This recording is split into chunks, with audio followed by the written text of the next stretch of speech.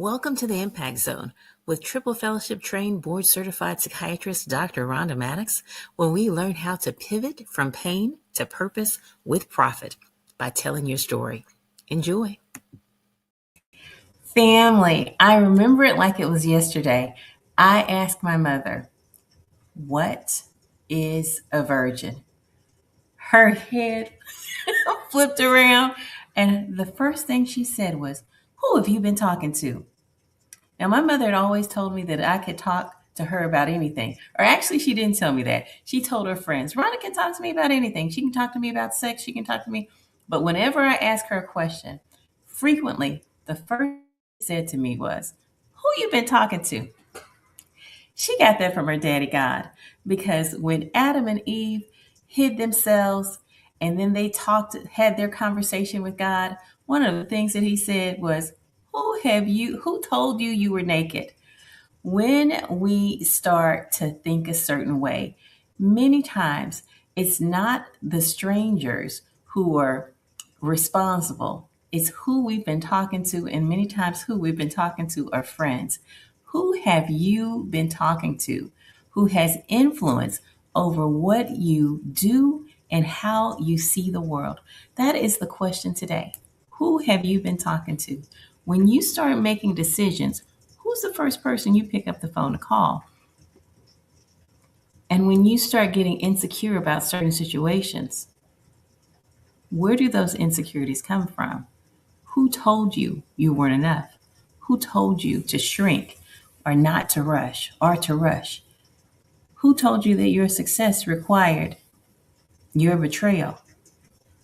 Before shame entered, before fear entered, before comparison entered, a voice entered. Who have you been talking to? As you are making decisions for your life and you're thinking about what to do next, who are you talking to? Family members, friends, colleagues, co-workers? Are you talking to people who normalize mediocrity? Are you talking to people who magnify your fear? When you leave a space, I want you to borrow something from me. One of the things that I do when I leave people is I do a self audit. How do you feel when you leave their presence? Do you feel inspired, encouraged, uplifted, like you can do anything? Or do you feel more anxious, more fearful? Um, are you doubting yourself? Sometimes people don't have to say a word. It's when you're telling them about your dreams, they just kind of look at you or they grunt, suck their teeth, what have you. They've said a whole mouthful without saying anything. One of the amazing characteristics about me that my mother would not describe as amazing, but she would describe as bad, was that when I asked her for something, often when she told me no, I didn't accept I didn't accept no for an answer. I would do it anyway. And after I got so used to her telling me no, I stopped asking and I just started doing it anyway. But that's neither here nor there. But what I will tell you is my with which I use the no that people would give me to then rebut and ask, "But why?" and get additional information and then address whatever it was they said the reason was the no for. And continue to do that until I got to yes, because I felt like you don't have enough information to say to say no to me. And so I was always rebutting. Yes, I was that person, and perhaps I still am. But in any event, I can recall the place that this served me. When I was 16 years old, or actually when I was 13 years old, I decided that I wanted to date, and my mother was having no part of it. So I thought about running away, and I said, "Now, if I run away, who's going to buy my clothes? If I run away, who's going to buy my car?" And I decided running away was not a good option. Instead, I got our policy book and I looked through the policies and I found out all I needed to graduate was 21 credits.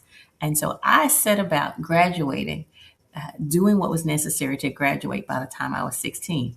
Not because I was smart, but because I wanted to date. And my mother thought the dating age was probably 35 or so. So, in any event, I had all of my credits and I was talking to the powers that be about graduating, and they told me no. No. And they meant it. I respected their position. I transferred out of that school to another school that would permit me to graduate with the credits that I'd earned, and did about a year and a half worth of work in 3 months so that I could do just that. Who was I listening to is the question. I was listening to this internal barometer inside of me that knew it was time for me to graduate. I'd done the work and it was time to go. Do you just shut down after the first no? Someone doesn't believe in your dreams. They don't believe in your hopes. They don't believe in your aspirations. They tell you no, and so you just shut down. I remember I wrote a list about what I wanted in my husband. And my list was ridiculous. Let me just be crystal clear. I can understand why people look at that list and think she is bat crazy. And I remember someone saying to me, there are not a whole lot of men out there like that. And my reply was, I'm not looking for a whole lot of men. I'm looking for one. Fast forward, I got the man of my dreams, and he met every criteria that I had on my checklist. Check, check, check. Because I didn't let other people tell me no. And so I am asking you today, what dream have you buried because somebody told you no, not now, and fed your fear? I encourage you to present your dreams, to dig them up, present them before God, and get His take on how you should execute, if you should execute, or what you should execute. And then get about your daddy's business. Who told you? Who you been listening to? There are some people that you need to close the door on those relationships, because every time you speak to them, you live more fearful, you leave more anxiety ridden, you leave more doubtful. And they are not fueling the best version of yourself. Now, don't go and tell your husbands I said, the Dr. Maddox said it's time to leave them. That's not what I'm talking about. What I'm talking about is the people that you break bread with, that you spend all of your time on the phone with talking about, and who are feeding your doubt. I'm not talking about your coworkers. I'm not talking about your husband. I'm encouraging you to talk to your therapist, your counselor about that.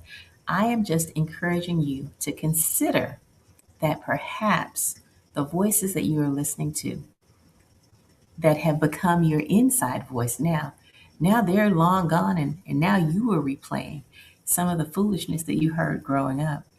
It is time for you to cross-examine your internal thoughts and beliefs, and reevaluate whether you should leave those dreams buried or whether you should resurrect them. Now, I am not your psychiatrist or your therapist, although I am America's favorite psychiatrist. Please consider this edutainment, and speak with those who know the nuances of who you are.